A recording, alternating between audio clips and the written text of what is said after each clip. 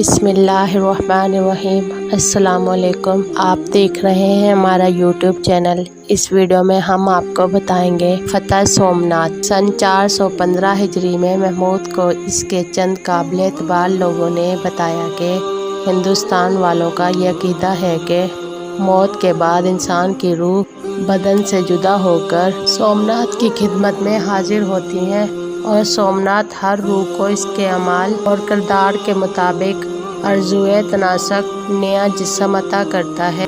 हिंदुओं का ये एतकाद भी है कि दरिया का उतार चढ़ाव असल में सोमनाथ की इबादत है जो इस सूरत में ज़ाहिर होती है। महमूद को ये भी बताया गया कि हिंदुओं के ख्याल में वो बुत जिन्हें महमूद ने पाश किया ऐसे बुत थे जिनसे सोमनाथ नाराज़ था, इसलिए उसने इन बुतों की तरफदारी नहीं की, वरना इसमें इस कदर कुव्वत है कि वो जिसे चाहे एक लम्हे में तबाह बर्बाद कर सकता है। महमूद को ये भी बताया गया कि ब्राह्मणों के एतकाद के मुताबिक सोमनाथ बादशाह है और बाकी तमाम बुत इसके दरबान और मसाहिब हैं। महमूद ने जब ये बेमानी अफसाने सुने तो इसके दिल में जिहाद का शौक फिर चुटकियां लेने लगा और इसने सोमनाथ को फतह करने का और वहां के बुत परस्तों को कत्ल करने का इरादा किया। इस मकसद के पेश नज़र सुल्तान महमूद ने अपना खास लश्कर तैयार किया और देगर 30,000 सिपाहियों को साथ लिया जो तुर्किस्तान वगैरह से जिहाद के गर्ज से आए हुए थे और 20 शौबान सन 415 हिजरी को सोमनाथ की तरफ चल दिया। कुछ सोमनाथ के बारे में। इस ज़माने में सोमनाथ एक बहुत बड़ा शहर था और ये दरियाए अमान मराज शमाली बहिरा अरब के किनारे पर वाक़या था। यह शहर अपने अजीमुशान बुत की वजह से तमाम ब्राह्मणों और गैर मुस्लिमों के नज़दीक काबे की सी अहमियत रखता था। आजकल ये शहर बंद रदियों में है और अहले फ़रंग के कब्ज़े में है। बाज़ तारीखों में ये बयान किया गया है कि हज़रत सल्लल्लाहु अलैहि वसल्लम के ज़माने में चंद गैर मुस्लिम एक बहुत बड़ा बुत खाना काबा से हिंदुस्तान में लाए थे। इस बुत का नाम सोमनाथ था। इसे इस जगह नस्ब किया गया, लिहाजा इस मकाम का नाम भी इस बुत के नाम पर रखा गया। लेकिन ब्राह्मणों की इन किताबों से जो इस्लाम के ज़हूर से कई हज़ार साल पहले तसनीफ़ की गई है, मालूम होता है कि मुतज़क्करा रवायत गलत है। इन किताबों के बयान के मुताबिक ये बुत शरी कृष्ण के ज़माने से तमाम ब्राह्मणों का माबूद है और ब्राह्मणों के कौल के मुताबिक श्री कृष्ण ने इस जगह दुनिया और अहले दुनिया से रूपोशी इख्तियार की थी। महमूद के सफ़र के हालात। रमज़ानुल मुबारक सन 415 हिजरी के वस्त में सुल्तान महमूद माँ अपने लश्कर के मुल्तान पहुँचा। यहाँ से आगे रास्ते में एक खुश्क और बेआबो कया जंगल पड़ता था, इसलिए सुल्तान ने सब लोगों को हुक्म दिया कि वो अपने साथ चंद दिनों का पानी और गला रख लें। इसके अलावा खुद उसने भी 20,000 ऊँटों पर गला और पानी रखकर लश्कर को आगे बढ़ने का हुक्म दिया। जब इस खतरनाक जंगल का सफ़र तमाम हो गया तो महमूदी लश्कर अजमेर की सरहद पर जा पहुंचा। अजमेर का राजा महमूद की आमद की खबर सुनकर रोपुश हो गया था, इसलिए हस्बे मामूल सुल्तानी लश्कर ने जी खोलकर इस शहर को ताराज किया।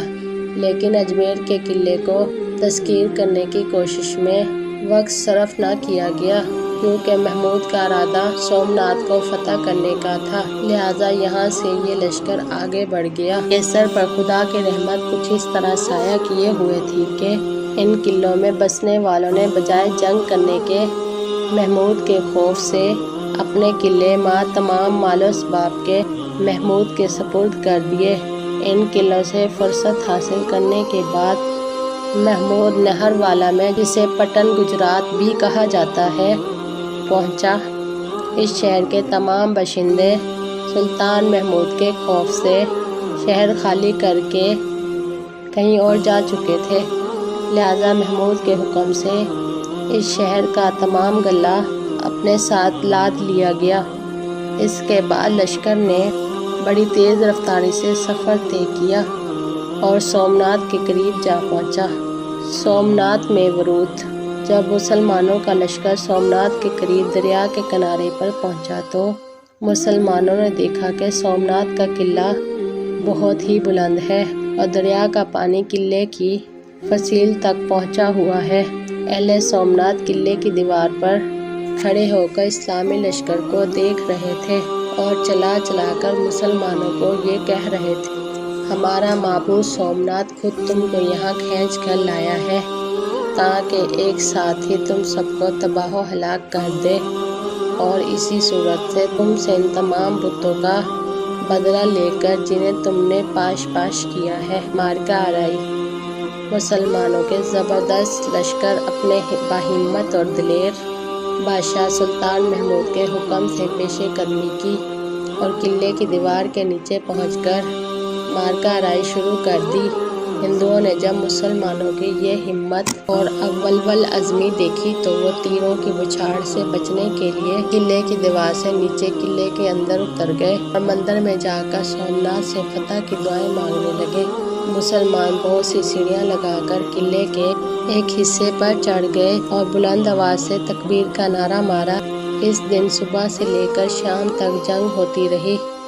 جب رات کے آثار نمایاں ہونے لگے اور چاروں طرف اندھیرا چھانے لگا تو اسلامی لشکر اپنی قیام گاہ کی طرف واپس گیا۔ دوسرے روز صبح ہوئی تو پھر مسلمانوں نے حملہ کیا اور تیروں کی بچھاڑ اور نیزوں کی ضربوں سے ہندوؤں کو قلعے کے اس حصے سے پسپا کر دیا اور گزشتہ دن کی طرح سیڑھیاں لگا کر قلعے کے چاروں طرف سے اہل قلعہ پر حملہ آور ہوئے۔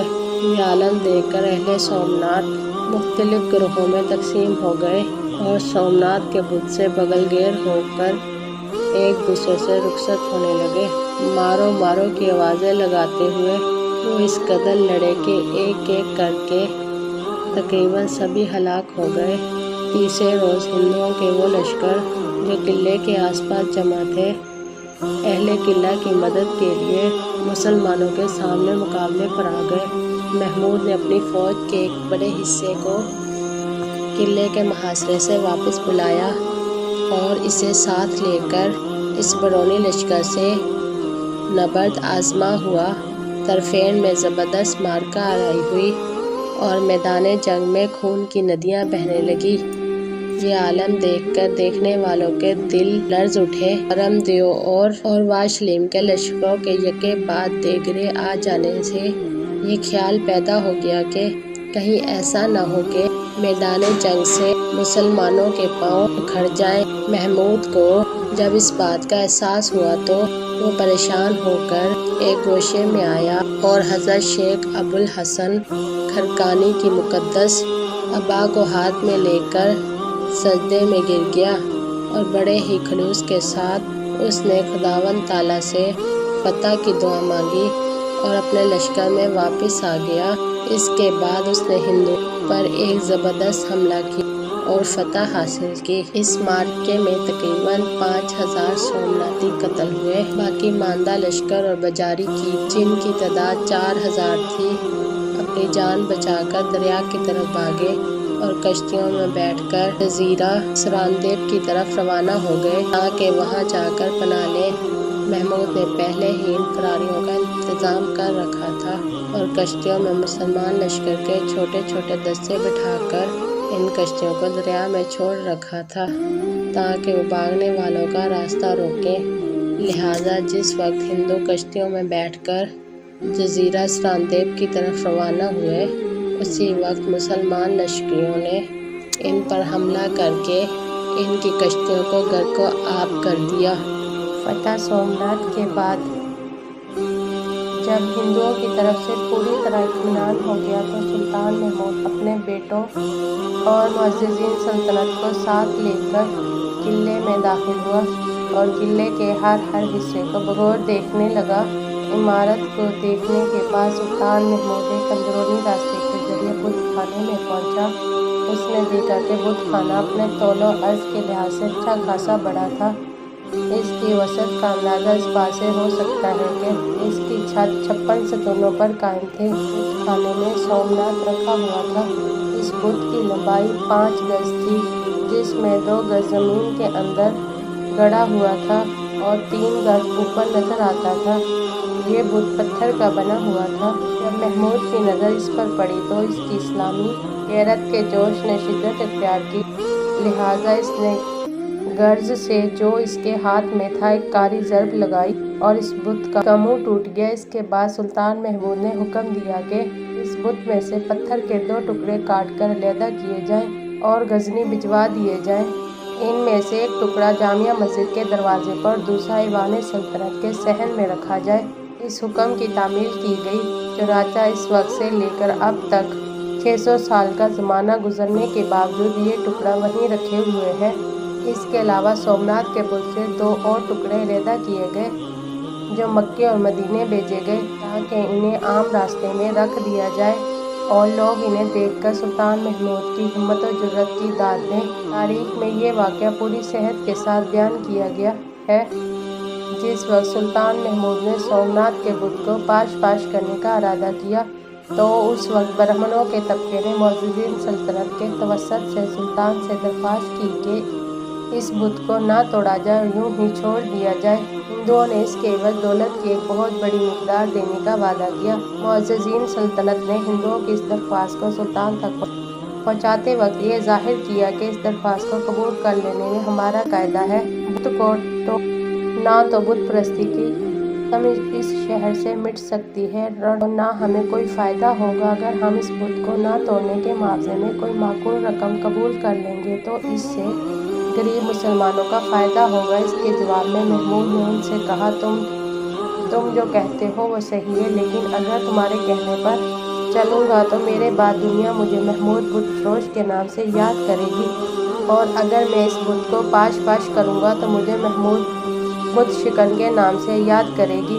मुझे तो यही बेहतर मालूम होता है कि दुनिया और आखिरत में महमूद बुत शिकन पुकारा जाए, ना कि महमूद बुत फरोश। महमूद की नेक नियति इस वक्त रंग लाई और जिस वक्त इस बुत को तोड़ा गया इसके पेट में से अनगिनत और बेशकीमत जवाहर और आला दर्जे के मोती निकले। इन सब जवाहरात की कीमत ब्राह्मणों के पेश करदा रकम से 100 गुना ज़्यादा थी। लफ्ज़ सोमनाथ की असल हबीबुस्सीर में लिखा है कि तमाम मौरखीन मुत्तफ़िक़ है कि सोमनाथ इस मखसूस बुत का नाम था जिसे हिंदुस्तान के तमाम बाशिंदे बुतों का सरदार मानते हैं, लेकिन हज़रत शेख फरीदुद्दीन अतार के कौल की रूह से ये साबित होता है कि लफ्ज़ सोमनाथ सोम और नाथ से मुरक्कब है। सोम मंदिर का नाम है और नाथ इस बुत का जो मंदिर में रखा हुआ था। इस आजिज़ मोरख फरिश्ते की राय ये है कि जो कुछ कदीम मौरखिन ने लिखा है वो दुरुस्त है और हज़रत अतार का कौल भी इन मौरखिन के बयान के ख़िलाफ़ नहीं है, इसलिए कि लफ्ज़ सोमनाथ सोम और नाथ से मुरक्कब है, लेकिन सोम उस राजा का नाम है जिसने ये बुत बनाया और नाथ खुद इस बुत का इल्म है। दोनों लफ्ज़ इस्तेमाल की कसरत की वजह से अलबक की तरह एक हो गए और ये मुफ़रद लफ्ज़ इस बुत का नाम पड़ गया, बल्कि यहाँ तक हुआ कि हिंदी ज़ुबान में नाथ के माने बुज़ुर्ग या बड़े के हैं, जैसा कि अल्फाज जगन्नाथ वगैरह से ज़ाहिर है कि जगन्नाथ भी जाग और नाथ से मुरक्कब है। जग के मानी खलाइक के हैं और नाथ के मानी खालिक, लेकिन अज़रोए मुहावरा अब इन अल्फाज के लग़वी माफ़ी का बयान नहीं रखा जाता, बल्कि दोनों लफ्ज़ मिलकर इसमें मुफ़रद की सूरत में किसी ख़ास शख्स का नाम समझे जाते हैं। कुछ सोमनाथ के मंदिर के बारे में। सोमनाथ का मंदिर हिंदुओं के नज़दीक बड़ी अहमियत रखता था। जब कभी सूरज ग्रहण या चांद ग्रहण होता तो यहाँ तकरीबन 2,30,000 आदमी जमा होते, जिसमें से बेशतर दूर दराज के इलाकों से मुरादें मांगने और नजरें चढ़ाने के लिए आते थे। हिंदुस्तान के राजा इस मंदिर के अखराजात के लिए वक्तन फ़ौक्तन गाँव और कस्बे वगैरह वक़्फ़ किया करते थे। जिस वक्त सुल्तान महमूद ने इस पर हमला किया था उस वक्त तकरीबन 2,000 कस्बों की आमदनी इसके अखराजात के लिए वक़्फ़ थी। इस मंदिर में हर वक्त 2,000 ब्राह्मण पूजा पाठ के लिए मौजूद रहते थे। ये पुजारी रोज़ाना रात के वक्त सोमनाथ को गंगा के ताज़ा पानी से धोया करते थे। वाज़ा रहे कि सोमनाथ और गंगा का वज़न 200 मन था। इस जंजीर में छोटी छोटी घंटियां लगी हुई थी। पूजा पाठ के वक्त इस जंजीर को हिलाया जाता और घंटियां बजने लगती और इन घंटियों की आवाज़ से पुजारी ऐन वक्त मुकर्रर पर पूजा के लिए मंदिर में हाजिर हो जाते। यहाँ 500 गाने बजाने वाली औरतें और 300 मर्द साजंदे मुलाजिम थे, जिनके अखराजात वक्फ-शुदा देहातों और कस्बों की आमदनी से पूरे होते थे। पुजारियों के सर और दाढ़ियाँ मूंदने के लिए 300 हजाम हर वक्त यहाँ मौजूद रहते थे। हिंदुस्तान के बेशतर राजा अपनी बेटियों को सोमनाथ की खिदमत के लिए मंदिर में भेज देते थे। ये लड़कियाँ तमाम उम्र कंवारी रहकर मंदिर में मुख्तलिफ फराइज़ सरंजाम देती थी।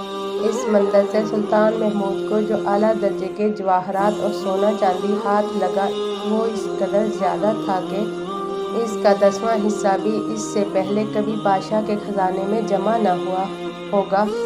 तारीख ज़ैनुल मासिर में लिखा है कि मंदिर की वो मखसूस जगह जहाँ बुत सोमनाथ रखा हुआ था बिल्कुल तारीख था, और वहाँ जो रोशनी फैली हुई थी वो दरअसल आला दर्जे के जवाहरात की शुआएं थी।